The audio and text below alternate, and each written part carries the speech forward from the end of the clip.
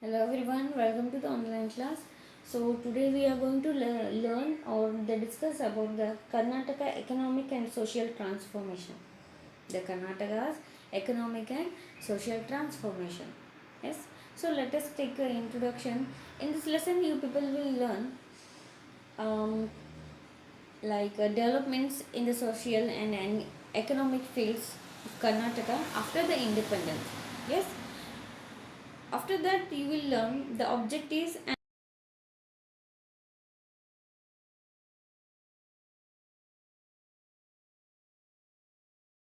even you will learn or you can understand the fundamental aspects of the social and economic development, yes, which were taken in the which were taken place in the Karnataka after the independence. Yes, so let us see first the first development, yes, or the first object of the Karnataka, that is land reforms. The various measures implemented to solve the problems with regard to land holdings are called land reforms. Yes, you can make a underline for this definition. The land reforms. The various measures implemented to solve the problems with regard to land holdings. With regard to land holdings are only called land reforms. Yes, the land is as essential part of human life or human's life.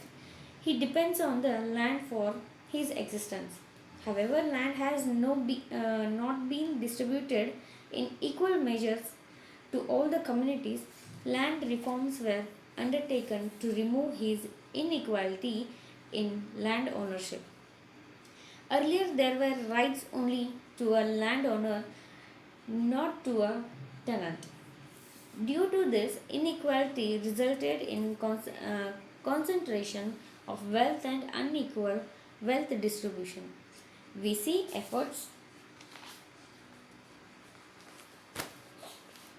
we see efforts to create an agili- sorry agilita- egalitarian or ability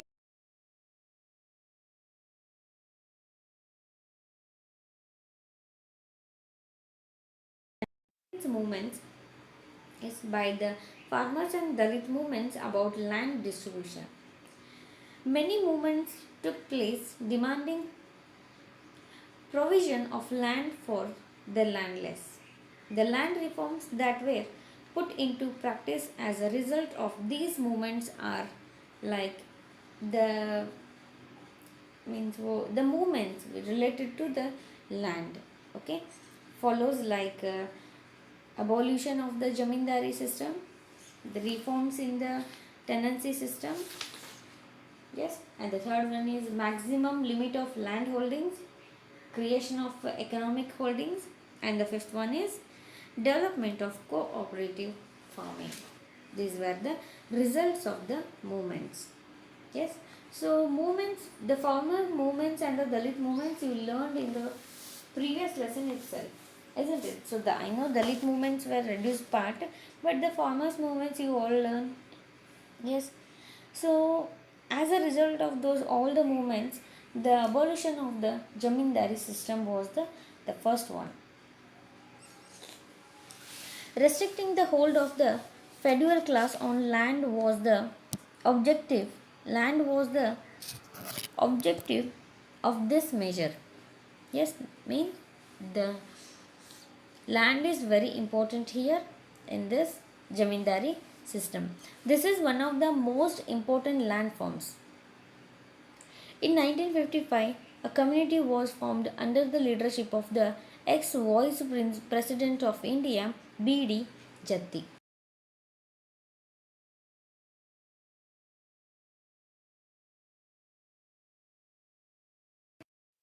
Jatti in our India. This community made certain recommendations towards bringing about land reforms. The community recommended that every family should be given maximum 116 acres dry land and 27 acres irrigated land. These recommendations helped the wealthy. These recommendations were implemented in 1957 but did not change the existing system in a decisive manner. But the Reform Law of 1974 played a decisive role in changing the existing system. Yes, 1 acre. I hope that you know that 1 acre is always equal to 100 cents. Cents means 40 guntas. ಗುಂಟೆಗಳು ಒಂದು ಗುಂಟೆ ಎರಡು ಗುಂಟೆ yes, so 40 gunte means it's a equal for the 1 acre. Okay, second one, reforms in the tenancy system. Indian tenants faced many problems. These problems were huge amount of rent to be paid, insecure land holdings and landless workers. In order to solve these problems in 1974, the Chief Minister D. Devaraj Aras.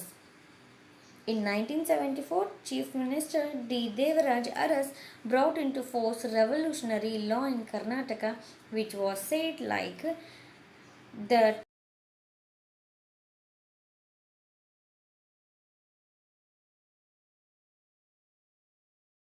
who had been cultivating the land under tenancy become landowners. Yes, the main features of the 1974 land reforms or amendments. Yes, or amendments. We'll go for the next page. Yes, abolition, this already completed. We'll go for this one. The main features of the 1974 Land Reform or Amendment Act. Okay, it cancelled all kinds of tenancy. The tiller was given the opportunity to establish his right to land he cultivated. All the lands on rent came into the possession of the government. Those who wished to establish their rights to the land and those who wanted compensation had to apply to tribunals. Yes, the fourth one is the decision of the tribunal was final. Yes, so write the meaning of tribunal. What is tribunal? Yes, when you will get this video, write it. Understood? It its judgment could be questioned only the High Court. Yes. The third one is maximum limit on land holdings. Maximum limits on land holdings. The state government fixed a limit on the land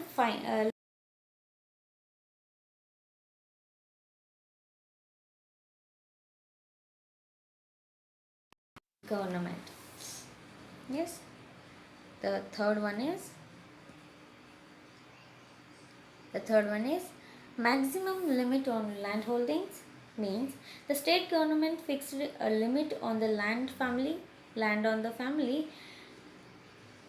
The maximum limit of owning land was fixed by the government.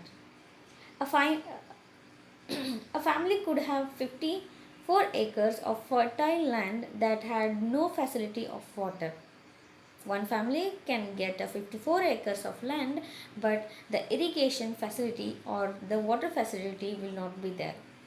If the land had irrigation facility and more than one crop was being grown here, if the irrigation system or the water system is there, so more than one crop they can grow in their land. The family could have 10 to 18 acres. Yes, if the irrigation is there, if they used to grow the one crop, yes, so they can get 10 to 18 acres land. If it was irrigated land with only the one crop being ground, each family could have maximum 27 acres. In 1977, the Inam Cancellation Act came into being. Yes.